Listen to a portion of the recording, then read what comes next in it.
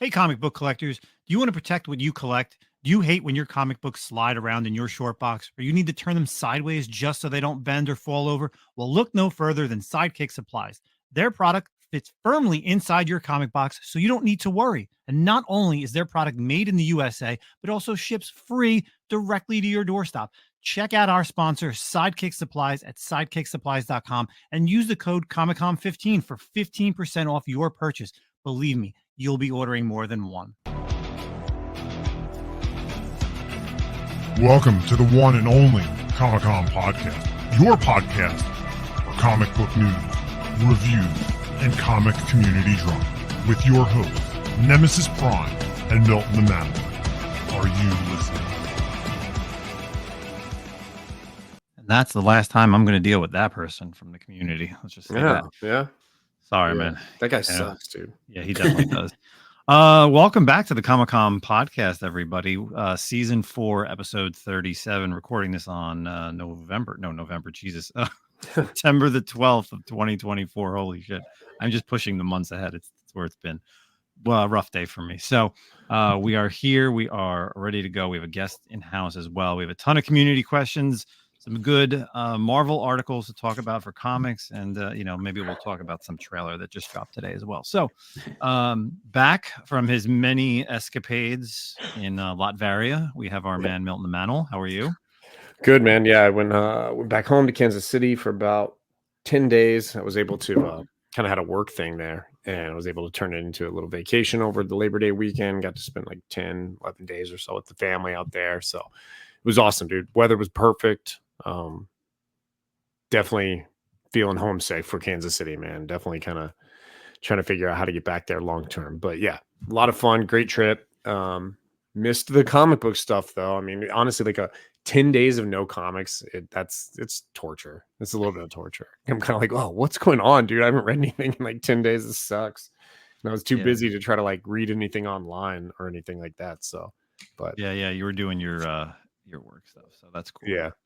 Glad that all worked out for you as well. Oh, so, first and foremost, let's bring our guest on. We have a new person here on the podcast, someone that I've gotten to know over the past year, watching his YouTube videos and on Instagram. We've talked back and forth with DMs. You know him as Ferdbirdthenerd over on Instagram and YouTube. How are you, man? How's it going? Welcome to the podcast. Yeah, thanks for having me on a Thursday. It's kind of nice little dessert for the end of the week. I was looking forward to the podcast when you invited me on, but just to have more. And I've been listening to you for, I want to say at least 2 years, if not longer. Oh, wow. So yeah, this is kind of serendipitous for me to be talk on the podcast that I listen to. It's pretty cool though. So I'm glad to be here. Appreciate you coming on, and don't stop listening to this episode just because you're on it. So like tomorrow, you got to go ahead. You can't break tradition, dude. You got to go ahead and play it and listen to it as well. Always, man. You wouldn't know how you sound like in the morning. I always do that for myself. Like I want to make sure that's up and running, even though after the show is done and I edit it real quick and then I upload it, I pray that everything sounds good when I listen to it in the morning or in the mid afternoons on Fridays. I'm like, please just let it go. Let it be up there. No problems. Yeah. Sure. For the people that don't know, Ferdbird, tell the people what you do, where you're at, what are you all about? Yeah. I work in finance, so I kind of got back into comic books. I want to say in 2016, kind of before everything got really crazy, and just it was more of just like a kind of a break from work and whatnot. And then during the pandemic, obviously, like here in Seattle, I live in Seattle. There wasn't really anything to do, so I got back into kind of speculating comic books. I would see stuff on Instagram, and then I was like, oh gosh, I think I have a pretty good idea of what's hot or like what could be hot. And so I kind of used, I guess, a little bit of my financial background to look at what the market was doing. And then one of my really good friends from high school, we just decided to do a podcast. I was on other, I was doing stuff with other channels here and there. And, we just kind of we figured, Sunday be kind of a fun thing to end the week with people. And, we started with like 55 subscribers, and now we're at we're past, I think we're at 811 now, about after a year and a half after doing the show. And yeah, it's been really cool. The engagement's been really awesome. And just kind of seeing the community as far as stories and all that. It's been really cool to engage with people and get to know, everyone in the community, and abroad. So it's been really fun. So Yeah, that's awesome. That's awesome. So Pickle Nichols is your partner that you do your live shows and like the videos with, and he's your buddy from high school. Yeah, we've known each other. So I'm in my early 40s. So we've known each other since we were like 16. And the reason we became really good friends is because he introduced me to Final Fantasy VII. Oh, so stop the show. Stop the show. All right, we're no more comics. So everybody, we're done. In Final Fantasy VII, did we just become best friends? I mean, and I was not an RPG player at all. I was like, this is kind of weird. I don't know about like, the turn-based like games or whatever. And man, like it's funny because his story was he let one of his buddies borrow the second disc because it's a 3-disc. Oh yeah. He was like, you have to buy this game because I have to finish it. And so I was like, okay, I mean, I guess that's cool. And it was like $30 like used or whatever back then. And we basically like, that was like our friendship because he missed the second disc and couldn't finish the game. And he always gives me crap because like, I'm like a completionist, right? So I bought a strategy guide. I had to complete the game 100%, get all the stupid side quests and everything. But he's like one of those guys that's just, he can finish a game without any like guidance or whatsoever. But we ended up playing it like, I want to say 2 or 3 times like before we graduated from high school. And it's just kind of been like the basis of our friendship. So yeah, that's cool. Yeah. You know what? I have a lot of friends that I'm still friends with since like elementary school. Like that and we're all pretty close vicinity wise. We still talk, we still text and in group chats. And man, I would love to have a friend who I grew up with that was big into comics and that I'd be still that I'm still friends with today to like have these type of conversations and to do like a YouTube channel or podcast thing, that'd be really cool. Because, I know I'm myself. Yeah, I know. Well, I was waiting for you to like say something, but it's just because you also have all that history of just like personal stuff. Like Zach and I have been friends now for going on like 5-6 years. And we've built a personal relationship outside of the comic stuff, but like you could drop in like stupid hints of like when you did stuff in, the late 90s or like early 2000s. Like Zach and I don't have that, but we still have, our own little quirks and quips and stuff like that. But that's awesome, man, that you guys have been doing that. So, for the people that haven't followed you, definitely subscribe up to Ferdbird stuff. I love that you do the videos with him. You guys do like, a little bit of not so much speculation, but like you said, like market report stuff. And, it's easy, even though that you're in a finance background, it's very easy, digestible. It's some of them are the quick episodes for the videos, and then even like the live stuff that you guys, you're not using like these huge, big extravagant words or outside jargon that people don't understand or may not understand, which kind of disassociates a lot of things with people because there are some people out there that, I just unfortunately listen. I'm in the similar background, and I'm like, what are you talking about? Like, just make it easy for the people, right? Yeah, it's simple. Yeah. And you've been like myself getting over the past, year or so, you've been doing even like the video game market report, which is fun to see, like what games are popping. And that's kind of the transition, and even like cards, it's the same thing. But, I think it's very awesome that you're doing it with someone that you've been friends with for so long. So. Yeah, no, I appreciate it. Yeah. And it's funny. Like this is kind of random, but like when we like in Final Fantasy VII back in the day, you could name your characters, right? And we named Yuffie Bitch.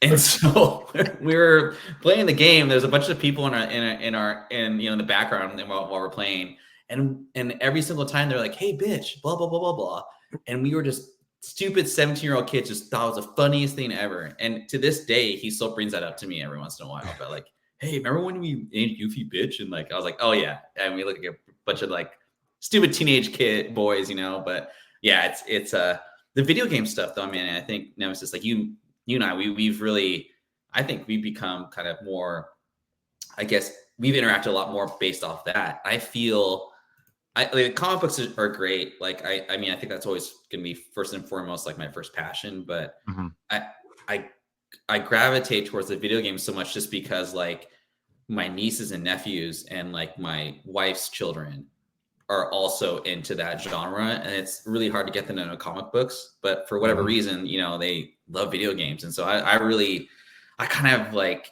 I feel myself kind of gravitating to that more. But comics are still my first love, you know? So anyway. Yeah, definitely. So, well, we appreciate being on the podcast. You know, again, if anybody who's not following Ferdbird, you know, give him a follow on Instagram, give him a follow on YouTube. And let's kind of get into, you know, what we got going on for the rest of the podcast. It's always good to have a third person on here because they, you know, different ideas. Third Ferdbird. Say that 3 times.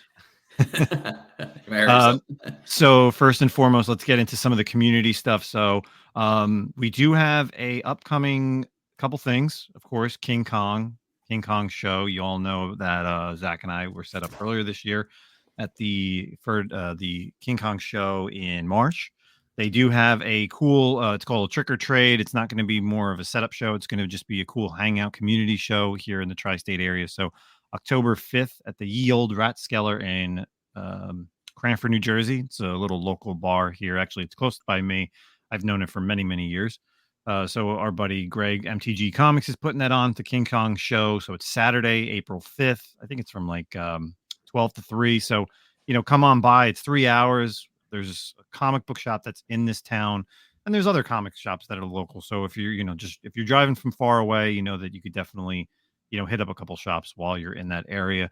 And then they just announced next year, King Kong, I think it's 6 now, if I'm not mistaken. Yeah, I think Saturday, March 22nd at the APA Hotel Ballroom in Island, New Jersey. So it's back to where it was last year in 2023, where I set up for the first time with my buddy. And that's going to be fun because it's literally right off the Garden State Parkway here in New Jersey. So easy to get to. You can actually see the hotel from, and it's not like a rinky-dink hotel. It's a legit thing where they have weddings and big venues as far as even like business stuff. So that's Saturday, March 22nd. So make sure you get into all of those. If you're you want to bookmark that stuff, go follow King Kong Show on Instagram. And, you know, we may be set up there again next year. And we may be bringing a special guest as well. Yeah. So. Other than that, our buddy Scott Palachuk is re-releasing his first issue of Marvis coming out at New York Comic Con under a new publishing company, and he'll be having issue 2 as well coming out relatively soon under the new Dreamscape Publishing with his buddy and our friend of the show, Jeff from Jeff Comics. And Jeff Comics actually has their own exclusive coming out for Teenage Mutant Ninja Turtles crossing over with He-Man. And I got to see that done by Chris Campagna as well. So make sure you go check those guys out. JeffComics.com has the pre-orders for the TMNT He-Man crossover, which I think is going to be so cool. I think TMNT crossing over with all these different things, and especially being from the 80s love, like that's just awesome. So He-Man, it's like such a weird mashup, but it's going to be awesome. Oh yeah. They're just going with everybody. I mean, TMT is huge right now. Right. So yeah. And let's get into some of our questions, of course. We'll get into last week's questions, and Ferdbird, feel free to jump in on these as well. So I have a few of them. Let's go with this one's from our buddy Comic CT. Who would win in a fight, General Zod or Jonah Hex? And I feel like... Well, I think it's can Jonah Hex die? He can die, right? Yeah, I think he could die. Yeah, he can die. Well, then Zod for sure. Yeah. But you know why why? Yes. Yeah, I remember the inside joke.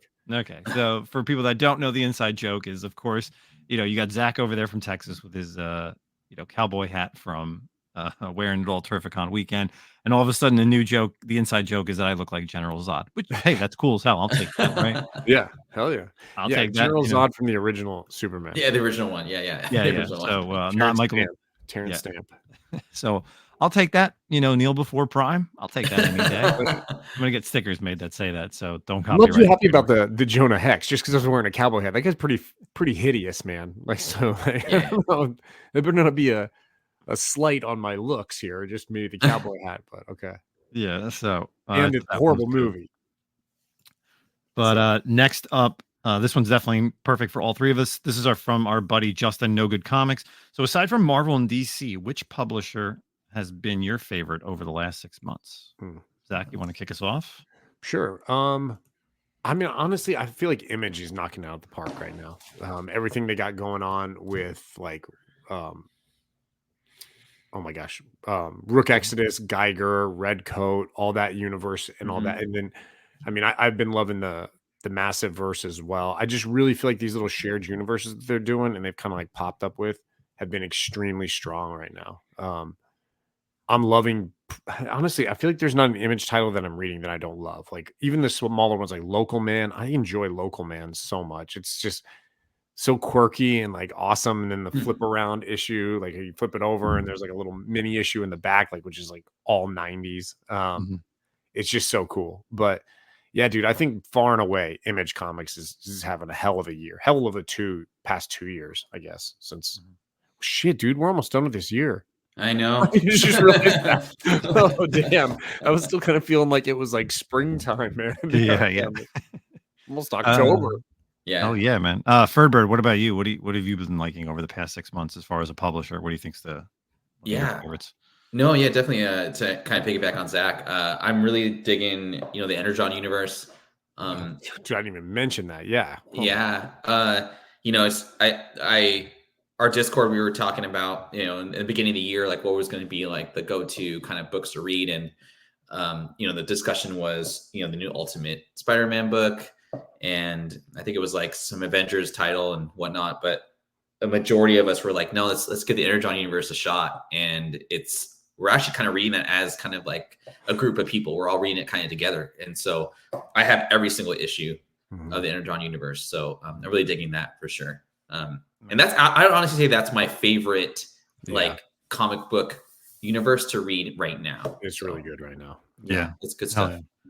Yeah. I'm going to go with the same. Don't want to speak too much on it. I agree with both of you. You said your points. All the stuff that's been coming out Image has just been killing it this year for sure with Skybound. So, and the Ghost Machine stuff is awesome. So, Justin, thanks for the question. Next, real quick, I do want to speak on like Boom Studios though for like for a sec on that because it's like Boom Studios has been really solid the past couple of years, right? Like that would have been typically, I feel like if you'd asked this question like last year or 2 years ago, it would have been like, oh hell, Boom Studios, but I don't know what's going on with Boom Studios. Like the delays and stuff, Something Is Killing the Children kind of just being pretty mid lately. There hasn't been a lot of like new titles that have been really awesome. Obviously Power Rangers ended. But yeah, dude, I don't know. And I'm not trying to talk shit on Boom Studios. No one come after me with like a knife or something, but it definitely hasn't kind of chilled this past year. It hasn't been super strong in my opinion. Yeah. So, I guess just maybe like a runner up. I would say Dynamite. Yeah. Definitely. You're ranking them. Yeah. Dynamite for sure this year. Like the Space Ghost stuff, the Thundercat stuff. Just the Terminator stuff that's going to be coming out. Like super excited to read. Right. Oh yeah. I think they're up and coming as well. And they do a lot of the Disney stuff too. And not that I've read it, but listen, they're heavy on the DuckTales and stuff and like the Uncle Scrooge stuff right now. Like all that coming down the pipe right now. So yeah. And if you like Johnny Quest, there's going to be a new book that they're dropping soon. So, definitely recommend them as well. So great question, Justin. Next up, my friend Astro Wizard. He goes, "Hey Manimal, being from Texas, have you ever rode a bareback? And if so, was it freeing?" Was it freeing? Is that what he said? No, I have never ridden bareback. I have ridden horses quite a bit. Actually, my best friend has a ranch with a bunch of horses, and we used to go quite often. Hell no, dude, it's uncomfortable enough just being on that saddle. I'm not trying to ride a bareback. And this is an animal, bro. Like I have a healthy fear of like animals. Like I'm not. By no means am I going to tell you, oh, I'm a master horse rider. Like I'm on that horse and I'm a little nervous. Like these aren't like, it's not like if you go to like a dude ranch and they're like used to people. Like my buddy's horses are kind of pieces of shit, dude. They're a little wild. And so it's rough, dude. It hurts your butt. And like, I can't imagine, dude, bareback. No. So I know where you're going with that. Like, so I haven't like burst my hymen off the back of a horse, maybe what you're applying, but yes. I have ridden horses quite often. That's too good. All right, cool. Next up, good question from Paperweight. He goes, if I've already asked this, I apologize. What causes a book like Batman Gargoyle of Gotham #2 have been delayed for so many months? Between issues, we are only getting 3, but 2 was ages ago. Seems to have sold well, and he received and be well received by all who've read it. I just don't understand what delays thought on what goes delays early on. It's really with everything on delays, Yeah. right? It's either the writer or the artist. Kind of what I've been reading is it's definitely on the artist side. Mm. Because you figure a script is written, like that's done, that's pitched, it's done, it's ready to go. The writer has everything, verbiage everywhere, characters where they want to be. It's really just the artists on this book, especially. It's the artist that is really just taking his sweet time, finishing it. And maybe it's not a knock to the artist. It's just he wants perfection. Could be it could be DC, like them showing it off and being like, this doesn't really look good. You got to change this, you got to change that. So, anybody else got thoughts? Why a book gets delayed like that? I don't know why. It does feel like it happens more. Like, look, and you say what you will about like Marvel and DC, right? Like they just churn books out, but I will say you don't really have as much delays in Marvel and DC. I mean, your ongoings they're coming out for the most part. No, that's not like 100% across the board, but even like we were just talking now, like the book like Undiscovered Country, we were talking about this offline, and such a strong book, and I love that book, and it's written by 2 superstars, Scott Snyder, Charles Soule, and it had delays like in the middle, and it just ruins the tempo of a book like that, and especially with such a long story. Like if you want to break up a story, maybe after 6 issues and then wait a little bit, but even that I feel like breaks the tempo of a book. I don't know what the delay is. We talked to Justin, weren't we just talking a couple weeks ago about Dark Knights of Steel?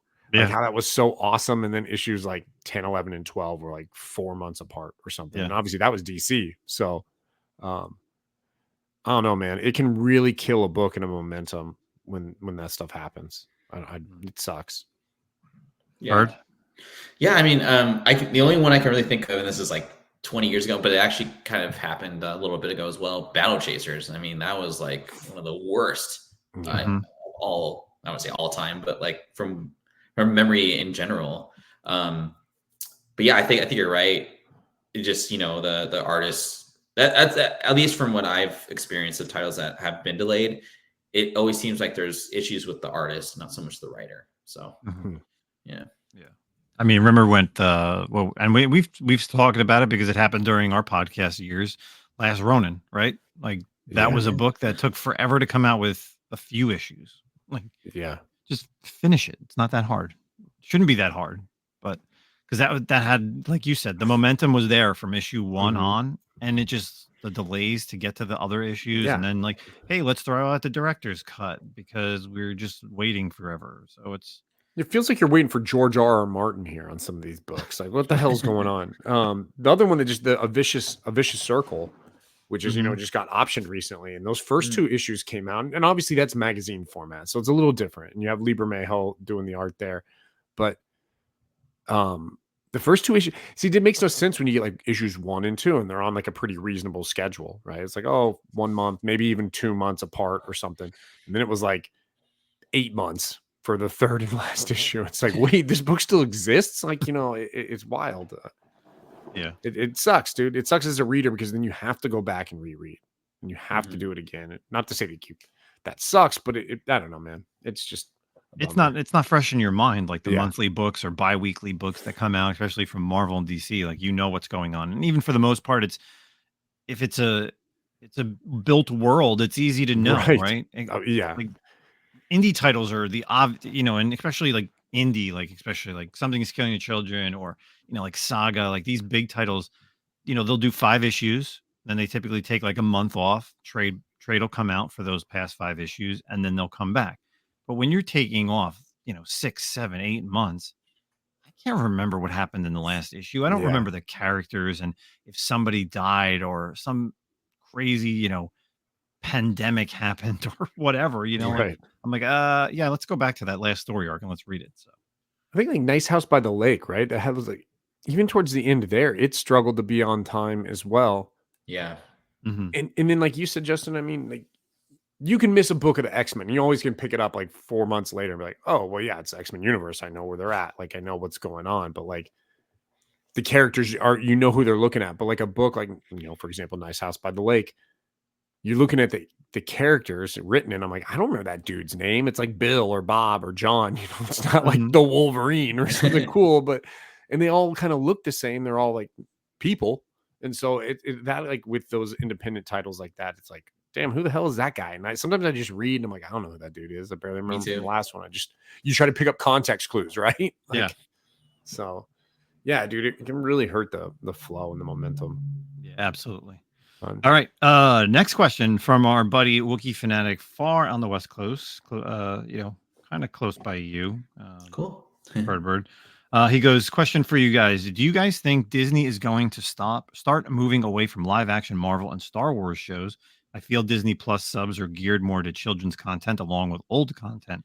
Seriously, do any of us believe subscriptions are impacted by new shows? In my opinion, there are better to release movies and get movie theater money. I doubt they would be losing any noticeable subscriber money if they dropped the live action shows and only showed animated and movies after their theatrical release. So I don't expect to see Iron Wars or Blade in the near future, as their movie docket already is full.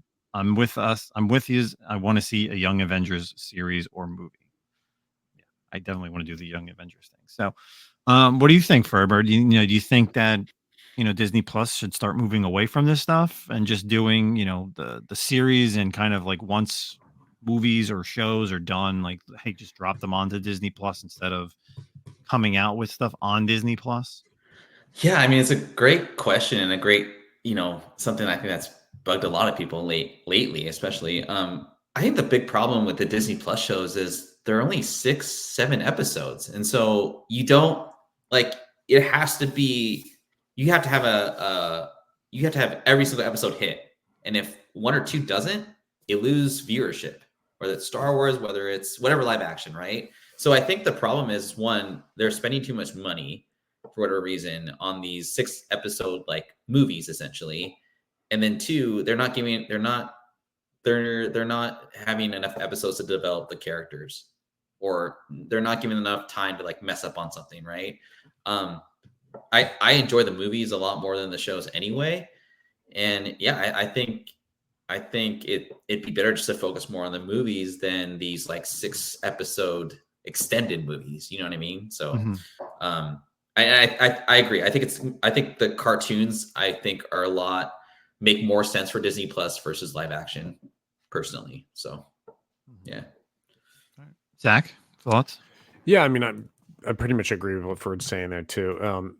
The 6 issue, I mean, I don't want them to get away with it completely, because I do feel like certain characters shouldn't be getting a live action movie, right? Like a Ms. Marvel, and even probably a Moon Knight, to be honest. Probably doesn't need a full movie, because these are not top tier type characters. And I'm not shitting on Moon Knight for Moon Knight fans, but it's the pacing as well for me in those 6 issues. I don't think they pace well. I feel like they do this thing sometimes where they were like, well, here's two episodes right at the beginning, and they're not paced well.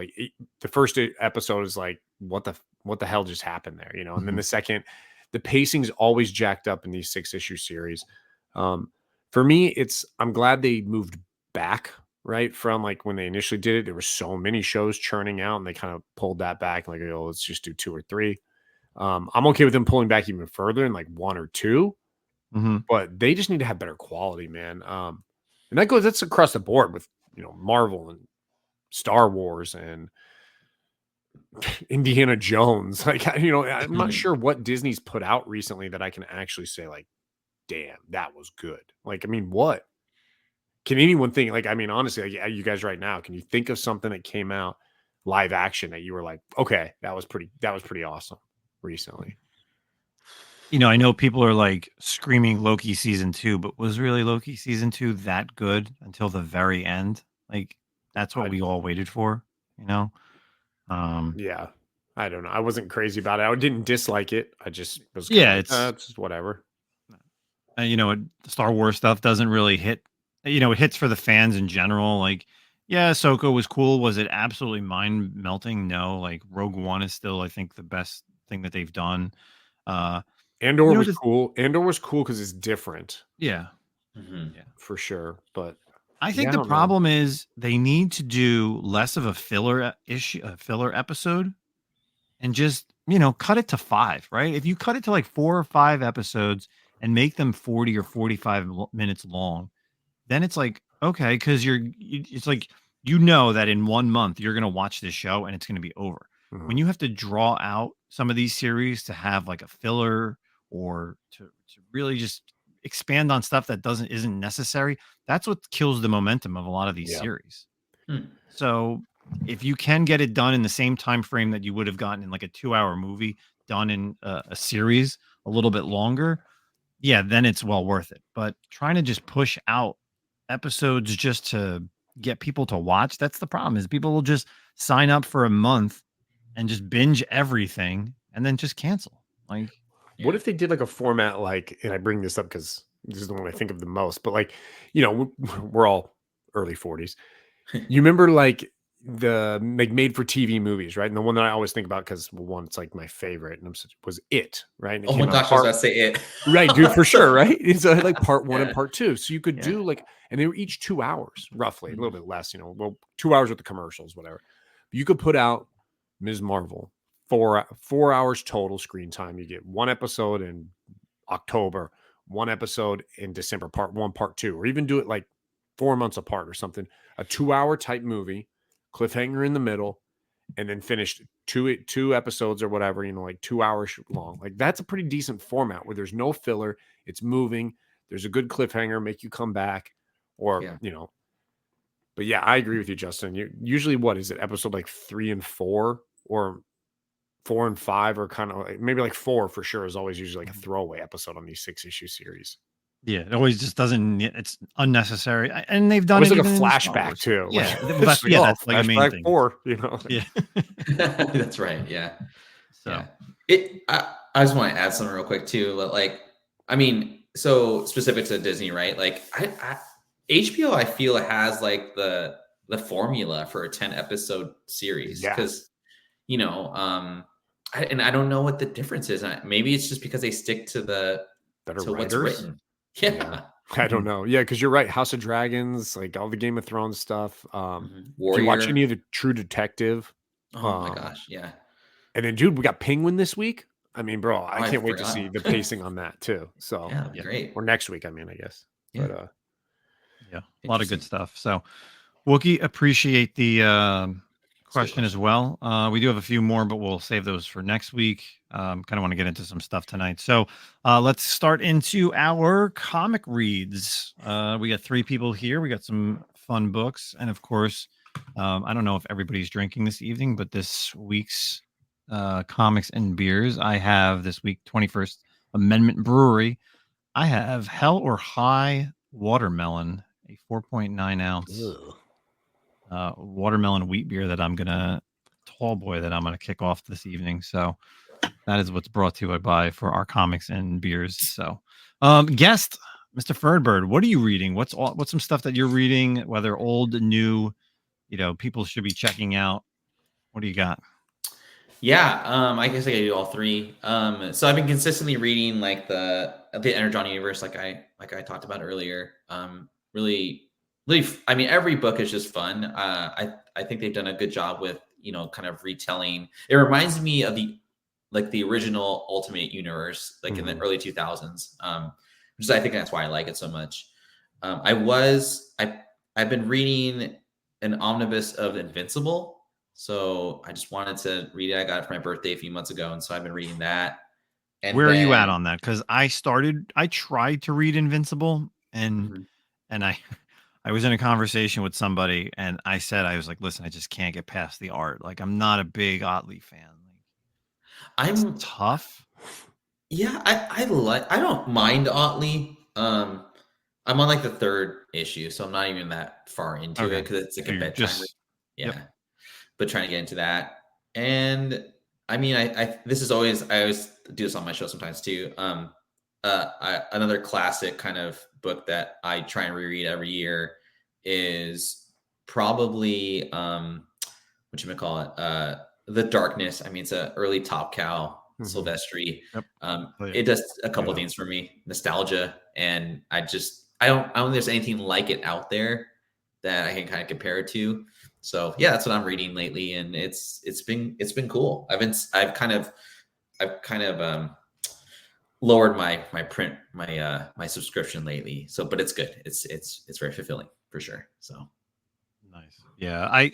I was on shout out to our buddy Mike the Beast Benson. I was on his channel, his YouTube channel last night on Wednesday, and we did a top 10 writers show of our favorite, not like all time, not who we thought were all time greats, just our favorite writers. And it was definitely so much fun to do because I started with a list of like 20 people and then brought it down to like 15 people and then brought it down to like 10 people.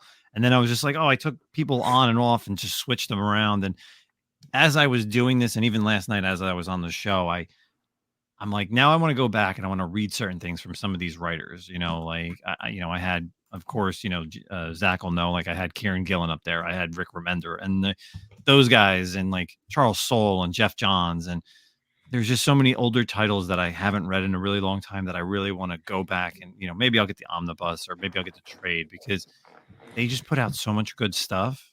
And that's what and we talked about it. That's what we love. That's why we got into this hobby for reading. And there's just so many titles out there. And even all the new stuff, like Zach and I read stuff constantly all the time, all the new stuff that we talk about every week. And there's so many old things, man, that I really want to go back and check out after being on Mike's show last night. So cool.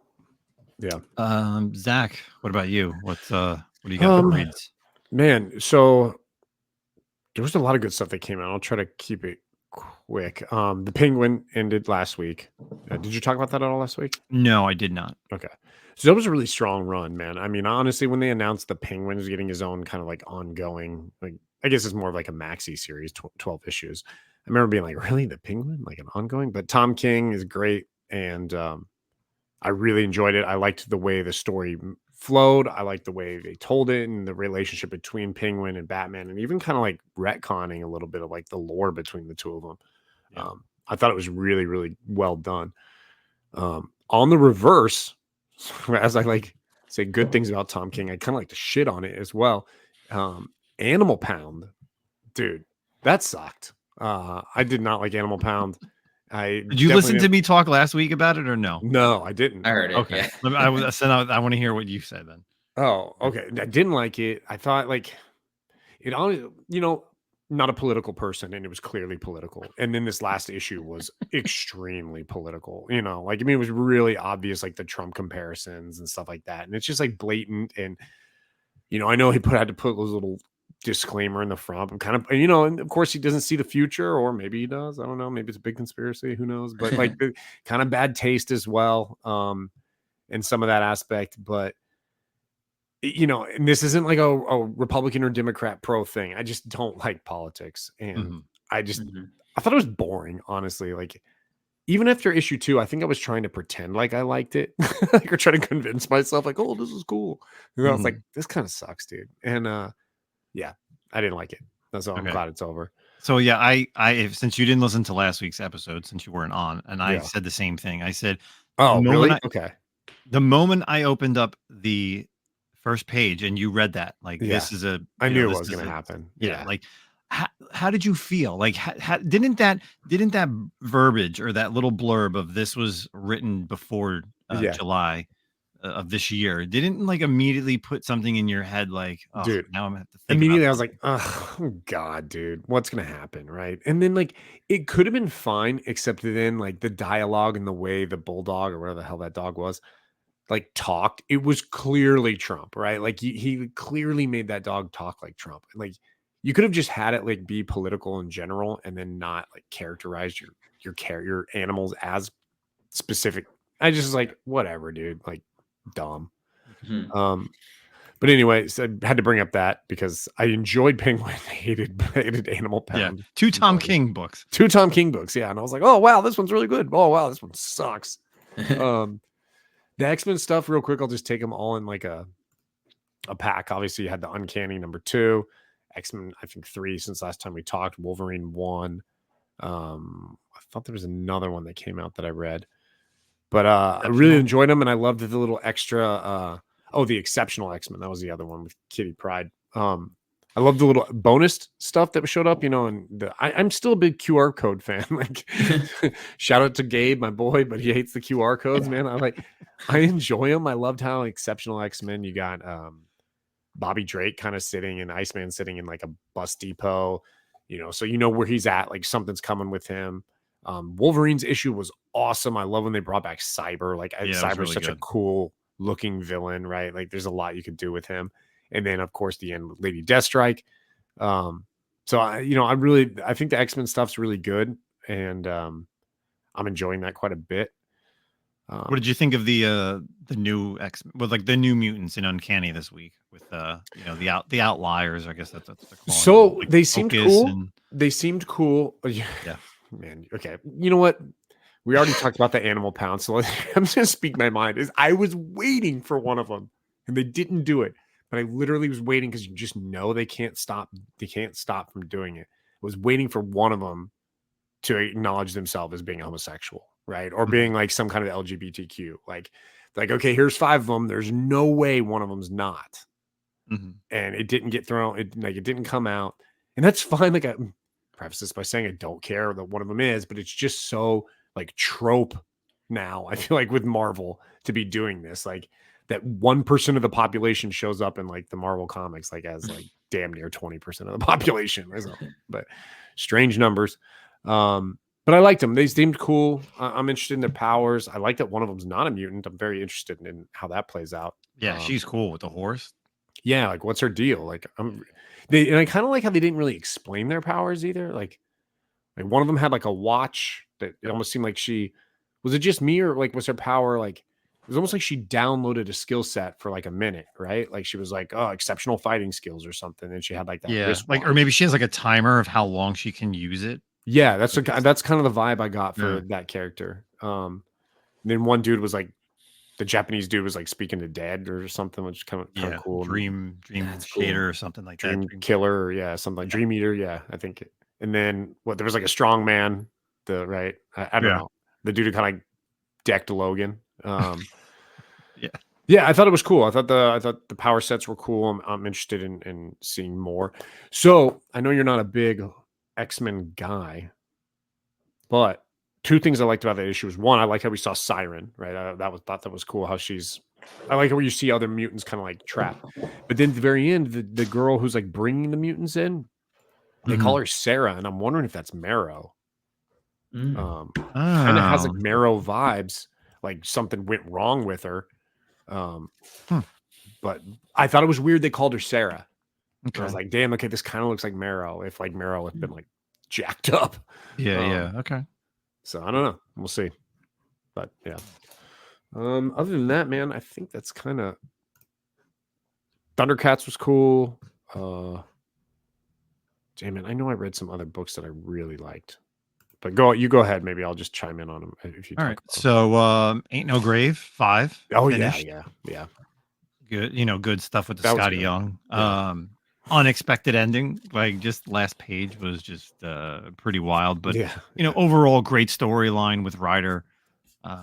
If you didn't pick up the issues, definitely wait for trade. It is a good 5-issue miniseries. Scotty Young, Jorge Corona doing the art. It was just awesome. So. That one's definitely on there. Book that I didn't like that I read was Avengers Assemble. Really? I kind of liked it. I just felt like I hate when they spend the entire issue. So you're buying this first issue and you really want to really get on, right? You want to get on board. And then they spend the entire issue like getting everybody together. Like there's just like this, it's kind of boring. Like I feel like the team should have been there the whole time, because you have like Cap's team, right? With like Cap, Photon, Wasp, and Shang-Chi. Yeah. And like they're doing their thing, but then like the rest of them are all just like putting around. They're all meeting at the Avengers mansion or whatever. Like it was kind of slow moving. Like I'm like, come on, like all these people should be like battling this Czech who's like demonic or whatever. Like that's the way I thought it should have been. But I don't hate it though. I agree with you, but I do hate it when you're like, you have to wait like 6 issues for the full team to come together. Exactly. Like, I hate that too. Like, I want to know that. Like, I did appreciate that. I'm like, okay, issue 1, boom, here's the whole team. There's freaking 10 of them. But like, okay. Yeah. But yeah, I thought that was cool. I liked how Night Thrasher showed up, man. Yeah. I'm intrigued by Interesting that. to see that. Yeah, because I don't think he's not on the cover. He's like the only Yeah. person who's not on the cover, Yeah. which was cool. And there's a new character there too. I didn't know that one character. He's new to me at least. Well, there was the Power Lightning. Pack girl. Lightning, I think is what his name was. The one who was playing Oh, cards with Hawkeye. okay. I've Yeah, never yeah, seen you're him right. There before. was that character too. Batman and Robin 13, solid issue again. You have Damian and Batman fighting on Dinosaur Island with Vengeance and Bane, and this story arc is finally ending very well. You know, Damian's again, he's always coming into his own. It's all about family. It's really, you know, solidified him into the Batman world, and it's going to be interesting because some stuff happens at the end. Like he's talking to somebody, and you don't know who it is, but Mhm. she knows. Well, I assume it's a she, but it could be a he. Knows who he is and like knows everything. It's almost like his therapist, but I'm just kind of curious of like who he was talking to because you don't ever see it and they don't ever mention it. Um, but it's going to start up again, you know, new story arc, I think. And then when it does start back up, it's new writers and new artists because it's going to fall into the whole all new DC, you know, change up that they've been doing. So All in, yeah. yeah, the all in stuff. Couple more issues real quick. Blood Hunters 2, I enjoyed. You do have like a bleed over from what was happening in Blood Hunt. You know, we have the girls from the Blood Hunt series and the surviving members of the Blood Coven show up, which was really cool because they were really awesome in Blood Hunt. So I like to see them in there. Ghost Spider number 5, loving it. This is like finally the first time that I've really enjoyed reading Spider-Gwen because for the most part, it's always been, you know, stupid stuff that's happening on different Earths and like clones. And it's like, at least now she's in like 616. So, you know, we've been doing the Steeler storyline with her and Chameleon. And for whatever, you know, you have like an upgraded Chameleon. So what he's done is he's like injected like nanomites into him where he not only has the ability to change into these characters, but change into them and also have their abilities. Because previously it was just like a bait and switch kind of like, oh, I can look like these people, but I don't have their powers. So his powers are all wonky. And then there's Craven and this new character. I guess it's like Craven's son, maybe like an apprentice or something. So he's kind of introduced in this. So we're going to see where this is going to go, I think, for Ghost Spider. I'm finally enjoying something to read from Ghost Spider because she is definitely a character that really doesn't get enough love, especially on the Spider stuff. So last but not least, Star Wars 50. Yeah, I was waiting to see if you talked about it. Yeah, so Star Wars 50 and Inquisitors. Inquisitors is just such an annoying book because we know these characters have to live longer. So we have like the 4th sister and 9th sister, I believe, in this one. Or 7th sister and 9th sister. It's just, they're cool. It's cool to see them, but we all know, like, I would love, and I'm sure you're in the same boat with me. Like, I would love like Cal Kestis to show up randomly. And be my gosh. Oh my God, Cal Kestis in this comic book would be so great, but yeah, is what it is. But Star Wars 50 finally ends. We're getting the ending of this story arc between Star Wars and also Darth Vader is ending at 50. And it was a very heartwarming thing because you get to see a little bit more of old man Luke and like a young Kylo Ren, right? Mm-hmm. See Ben Solo and how he's telling them stories, and it's just this final thing of kind of like a whole remembrance of like what's been going on in this volume 3, I guess would be considered for Marvel, right? And it kind of ends well because, you know, once now that this is ending, the next startup after this, because we're gonna have the Battle of Jakku, is going to be post Return of the Jedi. So I was happy with the ending. You know, I can't really complain. I'm hoping Vader ends well too, because Vader has been, you know, kind of like in the dread, considering the first 2 volumes were really good. And this one is like just kind of a miss for me, you know, and I'm sure you're in the same boat, Zach, right? Yeah, I liked it. I honestly, it kind of bugged me because the story flowed so well and it was so cool. And I was like, where has this been like this whole time? You know, I did find it to be a weird ending for it. You know, and obviously we know Empire Straits between Empire and Return of the Jedi, and like it meshes up. But like, I still find it weird that we're not seeing any visual of like Luke getting his green lightsaber. Like, I know it's no mystery on how he got it, but like, why wasn't that like led up to? Because now he had the yellow lightsaber still at the end of this, and we're going into Return of the Jedi with the green. We know he builds it, but like, why not show that? I mean, that's a. I don't understand why you would have ended this series without doing that. And I'm not saying that's like so important, but honestly, they did so much other nonsense that I'm like, why didn't you do something that would make sense? But I loved the story. I loved the tie-in with like that fungus planet, and you know, kind of bridging the gaps between like the sequel trilogy of like, hey, how, you know, where did Luke get these books, right? Like the books that he had in the sequel trilogy. And he kind of talks about how he's been collecting these things for a little while. So it's kind of like, oh, okay, cool. That's pretty cool. I like the little device, how it was going to like kill all these people. That was kind of cool. Obviously, you know, the Emperor's not going to die, right? But, and even throw back to like the High Republic stuff, right? Right. You get to see some older Jedi and Aslan Realm. They bring up what's his name again? The dude from the main High Republic stuff. Elzar Man. Yeah. So, and you see like the Leveler in there, the Nameless. Yeah. Those things are cool. Like, yeah, it all ties in well, you know. So, yeah, we'll see what happens in the next series. So, but yeah, I really don't have a pick of the week, but just there was like a lot of stuff. So, but let's kind of get out of comic book talk and let's get into some articles. So we got some Marvel stuff that just hit this week. Zach, why don't you kick us off with the one that you brought to the table? Yeah, so this one I'm really interested in, and honestly, it was when I read it, I thought I did when I saw it at first, I thought differently about it after I read it, but sorry, it makes no sense. But we'll get into it. Cable and Bishop witness. I'm speaking out loud in like riddles. Cable and Bishop witnessed the devastating fate of the Marvel Universe in Timeslide #1. So Marvel's annual year-ending one-shot that foreshadows the future of the Marvel Universe returns this December with Steve Fox and Ivan Fiorelli's Timeslide #1. So written by Fox and drawn by Ivan Fiorelli, Timeslide will star the X-Men's resident time-traveling soldiers Bishop and Cable as they blaze through the time stream to prevent a villain from eliminating mutant kind from history. During this high-stakes mission, they'll pay witness to things just on the horizon for your favorite Marvel heroes, including upcoming events, new characters, and more. An X-Man from the future arrives in the present with a dire warning. One of mutant-kind's most hyper-advanced foes is eating his way through time, trying to stop the X gene from ever evolving in the first place. Only 2 X-Men can stop this chronal predator from achieving his goal.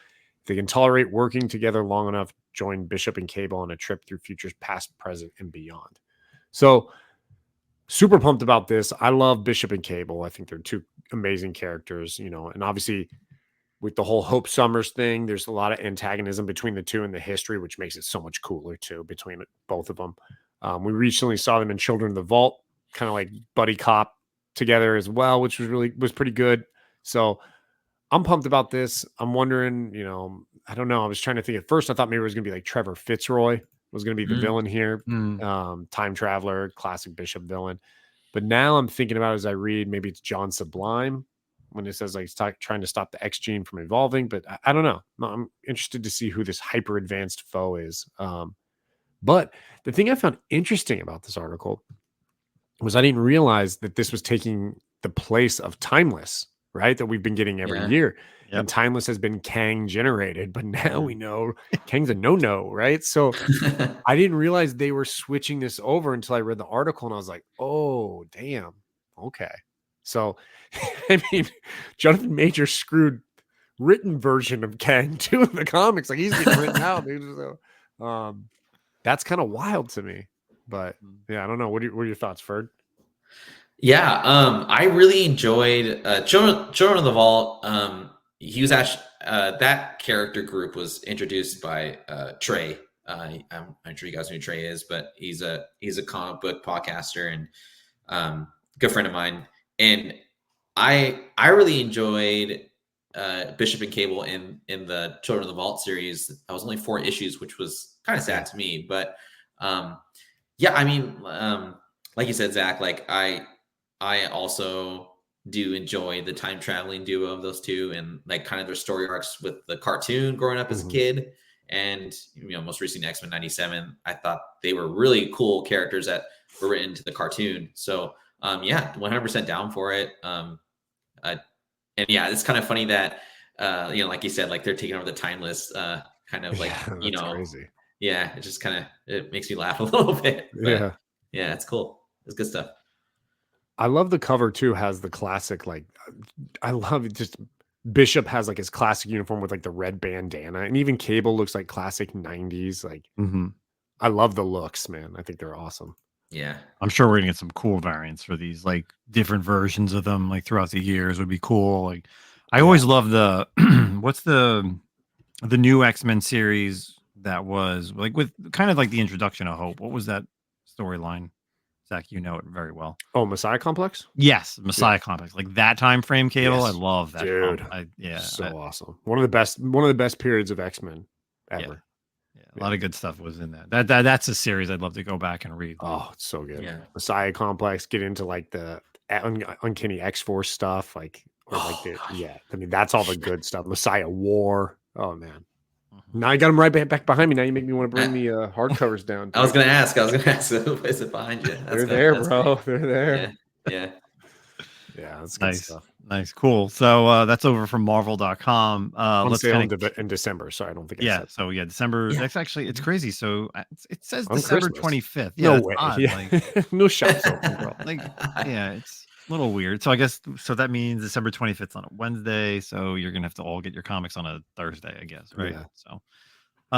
So another Marvel article from Marvel.com. So Magik, my girl Magik, defends mutant kind from demonic threats in her new solo series. So writer Ashley Allen and artist Jermaine Peralta launch Marvel's first ever ongoing series this January. So in January, Magik headlines her first ongoing series.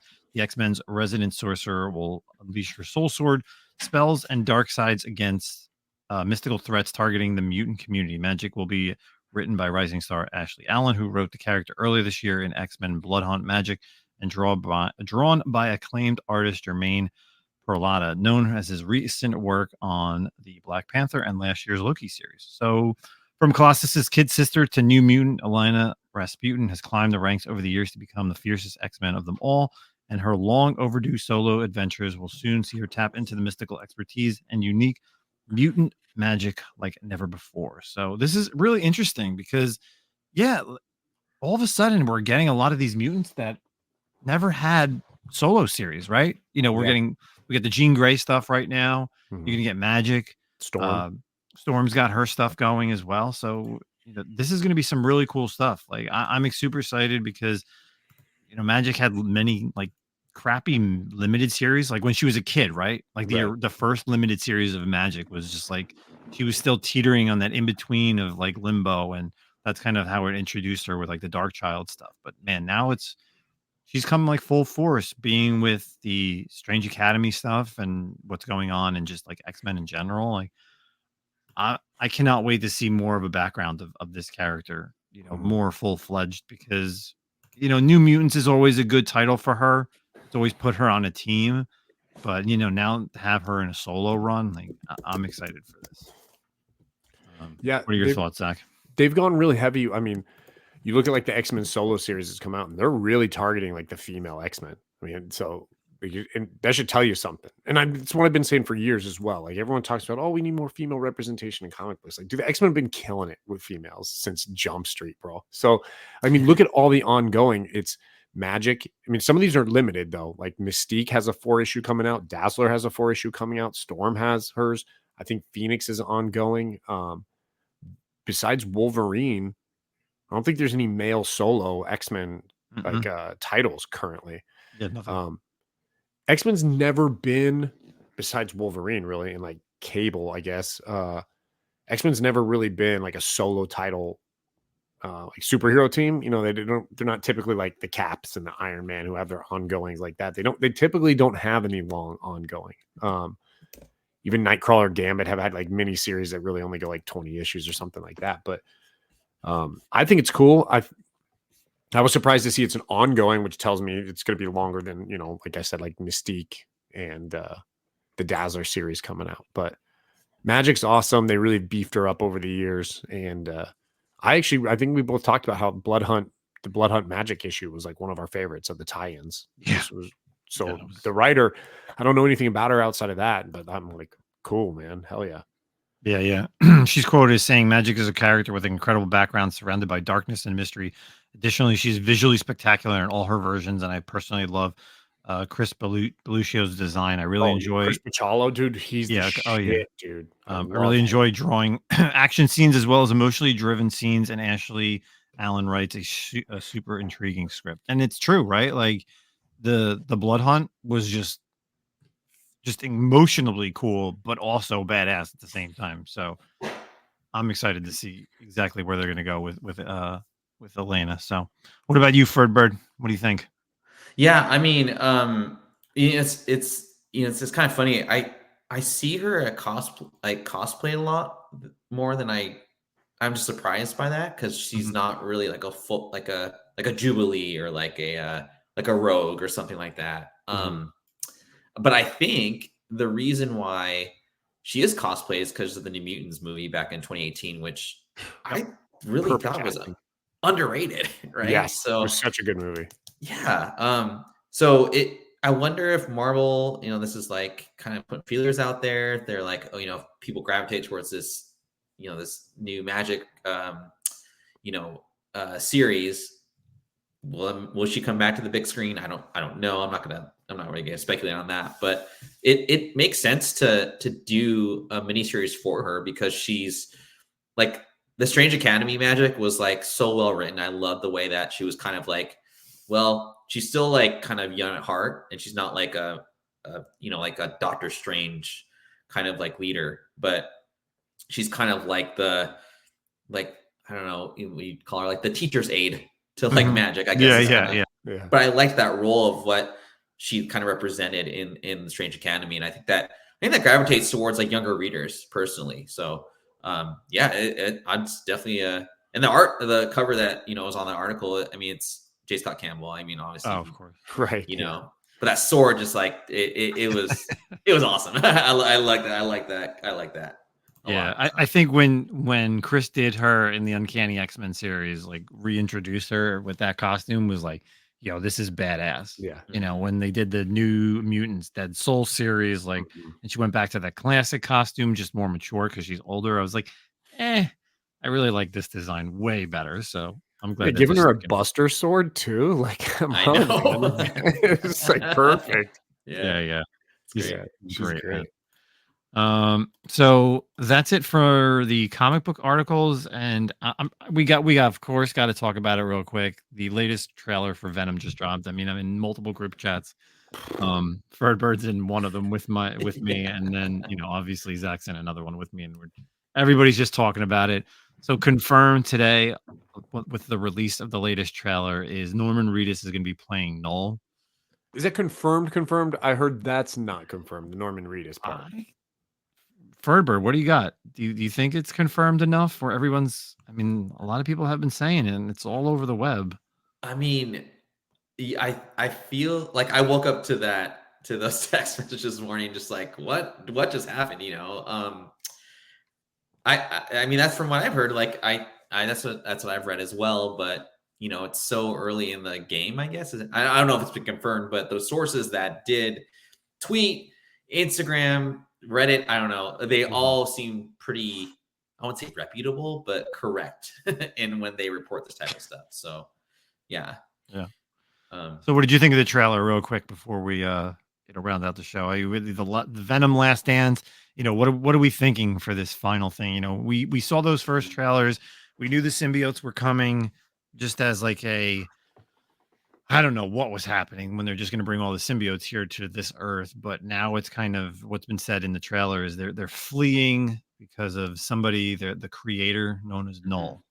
Yeah. What are we thinking? I felt like I'm like, okay, I'll just say this. Like Null brought me like back into comic book collecting and like getting a subscription and like that Donny Cates run.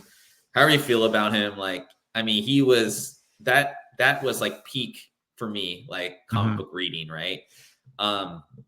So I'm, I figured he'd be like 10 to 15 years down the road from like, the pandemic. Am I happy that he's on the big screen and they actually did it? I guess. But at the same time, there's so many other villains you could like introduce that I feel like, I don't know. It's so dumb for me to say this because like he is like my favorite villain of the past 15 years, But I don't want him to be like the future villain of Venom 3. I'd rather him just be like an end credit scene. And that's kind of what that's what I would prefer, because I feel like there's so many other stories to go towards that you're kind of I just think it's too early for Null personally, but I'm happy for it too. It's weird. I have a weird feeling about it. So anyway. I'm wondering how much we're going to get of him. You know, is that big creature that we've seen in these trailers, Null coming to Earth? Like, is that him, or is he going to stay on? What's it called? Clintar? Clintar, yeah. Like, is he just going to be there and he sends like minions down, like in the shadows? Yeah. Yeah. You know, there's been talks of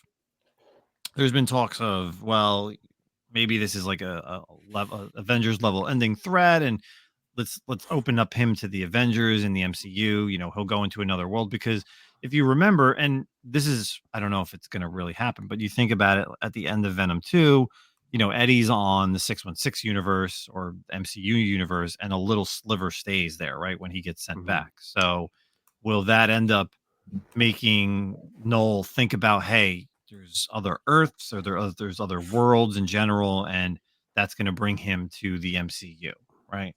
At the end of this movie, you know, could he something open up, you know, because obviously the multiverse opens up for everybody in this day and age. So could we see that going forward? Is he going to be a one and done? You know, we've seen Gore was such a great villain in the comics, and he kind of was ruined. We've seen the Necro Sword in the Thor movies. I don't know. I don't have high hopes for it, but listen, it's early. I'll go see it. I've seen the other Venom movies. As bad as Carnage was, I'll check it out, but I'm not like, knocking on the door at the movie theater to be like, oh, I need to see this day one. So yeah. Zach? Yeah, look, man, Venom 1 and Venom 2 are bad movies. They're not good. And it bums me out that the same thing I kind of agree with Ferd. Like, I feel like they're wasting a big villain. And like, if you were going to do a trilogy and lead up to Null, right, then you should have had some Easter eggs in the first two, like kind of getting there, right? And not just like, oh, the Easter eggs where we had all these symbiotes, you know, like, no shit, dude. Everyone has symbiotes. It's all Marvel does is symbiotes. But like, they should have kind of like led up to it. And the way they did Carnage, like the best villain in Venom's like library of villains, just does not lend me hope that like a monster badass villain like Null is going to be done correctly. It sucks too, because I feel like anytime you do a character crappy, it's like, okay, cool, we got to wait 10 years before we see him again. We got to get the bad taste out of our mouth of that crappy rendition before we can see him again. So it's like the clock starts at that point, and we may not see Null. The Venom movies are bad, dude. Like, Eddie Brock's such a buffoon, and like even his voice, I was like, oh, you know, it's just like, dude, Tom Hardy, bro, like you're an awesome actor, but he's a buffoon. I mean, that's the nicest way to say. I agree. It's just like he's sucks, and he's not the comic version Eddie at all. They're not even close. And yeah, it's a bummer, dude. These movies, and like now, you know, if we ever get Venom in the MCU, I don't know, dude. I don't know what it'll be like. It would almost have been better to have, like you said, if they knew they were almost going to do this as a trilogy, they could have had Venom and Carnage they could have had Carnage be the third villain. Like in this, they could have teased him in the first one, and then brought in more symbiotes in the second one, which then leads to Carnage by the third one. Yeah, that's what it should have done. That's how you could have done this trilogy. Like, you can't, like, that's the yin to the yang with Venom and Carnage, yin and yang. Like, Null's more newer. People, even as the casual viewer, I feel like no one's gonna know who Null is. Exactly. Viewer. Like more people know who Carnage is if you grew up at least in the 90s and throughout the years. But like, if you didn't read Donny Cates' run, you're just like, what the fuck is this? Like, yeah, it's wild to me they threw Venom or like Carnage away also at the end of the movie. Like his biggest villain, they're just like, yep, he's gone. You know, like, what, dude? You had no plans to like keep him alive and like keep this going. Like, did you know it was this bad? And that you were just like, yeah, we're not gonna be able to come back from this. So that's wild to me. They just got rid of Carnage like that. Yeah, the only logic I can think of having Null be in this movie is that I don't know if you guys have played the Spider-Man 2 game, but of course. Okay, so like that's the only reason I could think, like, oh, you want to get Gen Z Spider-Man 2 players to watch. But like even in the game, you don't know. Like I knew who Null was, but my 12-year-old nephew had no idea what the swirls meant. So I don't know. I just feel like there's too much. There's not enough movie like time to introduce Null correctly. Yeah. Like agreed. So anyway. Oh, you mean the Dreamcast logo, right? Like yeah, the Dreamcast logo. I'm telling you, when that showed up in the first Venom, I was just like, they're ripping off Sega, man. Like Sega did this. Like, come on. Yeah, it's hilarious. Awesome. Well, Ferdbird, thank you so much for coming on here. Man. Again, people, if you're listening, check him out. Instagram, YouTube, everything will be in the description. Ferdbirdthenerd, weekly shows. Again, he's got all the cool stuff. He does comic stuff, market reports. Like I said, I've had the pleasure of getting to know Ferdbird over the past year, and checking out the live shows, and I love the market reports, and I always feel like it's always fun, listening to something that I don't ever get to see. And it's cool. It's like you're just a person. You don't have algorithms and stuff that you're doing this all on your own. You do your own graphics and everything like that. It's not a big company that you're running, so it's cool that you're putting in the time. So please, people, go check him out. Appreciate it. Yeah, it's fun. It's good talking to you guys like live. It's kind of surreal for me, honestly. So it's really an honor to be talking. You're welcome, with you guys. dude. You're welcome anytime, man. Yeah, absolutely. So, Zach, anything before we get out of here?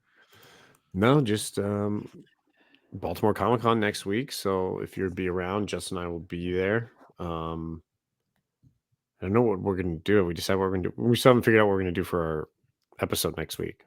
I think we should just record at a bar next Thursday. Just a live. Yeah, I'm down with that. I think that's literally, we're just going to set up the phone. We may be live video. Maybe what we'll do is we'll do video recording. We'll still drop the podcast on Friday on the audio format, but then I'll drop the video portion on like YouTube. So people can check it out both. Sounds like hang out at the bar, and you never know, like maybe people in the community will be hanging out at the same bar that we're hanging out, and we'll just have them on. So I think that's what we'll kind of do for next week. So Sweet. Just so I don't have to worry about like connections, like Wi-Fi and stuff like that. Oh yeah. Oh yeah. But yeah, that'll probably be what we'll be doing in Baltimore. So we'll be there Thursday through Saturday or Sunday. The show's Friday through Sunday. So if you see us walking around with the shirts or whatever, I'm sure I'll bring some variants. So if you people need some Teenage Mutant Ninja Turtle variants, I'll bring some down. And then we always got some shirts. I'm sure as shit I'll bring some down, and then some stickers and stuff like that. Yep. That's it. Appreciate everybody listening. We'll catch you all sometime next week. Peace out, everybody. Later. Peace out, everyone. Hey, comic book collectors, do you want to protect what you collect? Do you hate when your comic books slide around in your short box, or you need to turn them sideways just so they don't bend or fall over? Well, look no further than Sidekick Supplies. Their product fits firmly inside your comic box, so you don't need to worry. And not only is their product made in the USA, but also ships free directly to your doorstep. Check out our sponsor, Sidekick Supplies, at sidekicksupplies.com and use the code ComicCom15 for 15% off your purchase. Believe me, you'll be ordering more than one.